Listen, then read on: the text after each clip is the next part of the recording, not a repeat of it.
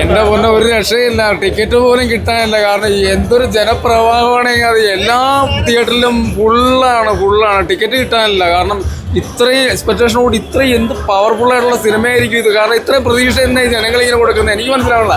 ഇത്രയും ഈ പ്രായത്തിലും രജനീകാന്ത് എന്ന് പറയുന്ന ഒരേ ഒരു സൂപ്പർ സ്റ്റാർ ഇന്ത്യയിൽ രജനീകാന്ത് മാത്രമേ ഉള്ളൂ, വേറെ ആരുമില്ല. വിജയ് ഇല്ല, കമലഹാസനില്ല, ആരുമില്ല. രജനീകാന്തിന്റെ മുകളിൽ വേറൊരു നടനില്ല എന്നുള്ളതാണ്. കാരണം ഇത്ര ഈ കൊച്ചുവെളുപ്പം കാലത്ത് ഇങ്ങനെ ആൾക്കാർ ഈ പ്രാന്ത് പിടിച്ച് സിനിമ കാണാമെന്ന് പറയുമ്പോൾ ആലോചിച്ച് നോക്കിയേ.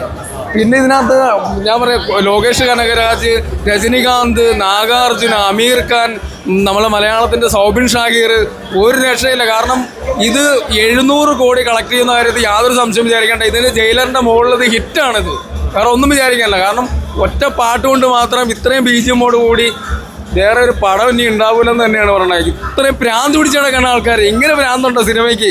കാരണം ഇത്രയും ഈ പ്രായത്തിൽ ഇദ്ദേഹത്തിനോടുള്ള സ്ക്രീൻ പ്രസൻസ് ഒന്ന് ആലോചിച്ച് നോക്കിയേ. ഒരു തിയേറ്ററിൽ നമ്മൾ സിനിമ കാണാൻ വന്ന ഒരു സ്ക്രീനിലേക്ക് വരുന്ന രജനീകാന്തിന്റെ മുകളിൽ വന്നു കഴിഞ്ഞാൽ നമ്മുടെ രോമം എഴുന്നേറ്റിരിക്കുകയാണ്. ഇത്രയും പവർഫുൾ ആയിട്ടുള്ള ഒരു നടൻ ഇന്ത്യയിൽ വേറെ ആരുമില്ല. റെക്കോർഡാണിത്. കാരണം ഒന്നും ആലോചിച്ച് നോക്കിയേ, എന്ത് ക്രൗഡാണ്.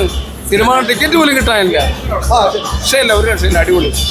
എങ്ങനെയുണ്ട് ഈ നിമിഷത്തേക്ക്? ഇത് ശരിക്കും പറഞ്ഞു കഴിഞ്ഞാൽ നമുക്ക് എന്താ പറയുക, ഒരു ഓണം, ഉത്സവം, ക്രിസ്മസ് എന്ന് പറയുന്ന പോലെ നമ്മൾ എല്ലാ മലയാളികളാണെങ്കിലും ഏത് ഇതിനകത്ത് ശരിക്കും ഭാഷയോ ഒന്നുമല്ല. അപ്പം എല്ലാവരും എക്സ്പെക്റ്റ് ചെയ്യുന്ന ഒരു ഭയങ്കര ഒരു പടമാണ് കൂലി. അപ്പം അത് കാണുക എന്നുള്ളതാണ്, അത് കണ്ടറിയുക എന്നുള്ളതാണല്ലോ അതിൻ്റെ അത് ഏറ്റവും വലിയ കാര്യം. അപ്പം അത് ഇത്ര ആൾക്കാർ കാണുന്നുണ്ടെങ്കിൽ പുള്ളി ഇതിനു മുമ്പ് ചെയ്തു വെച്ചിരിക്കുന്ന അതിൻ്റെ ഒരു ഇത് തന്നെയാണ് അത് തീർച്ചയായിട്ടും.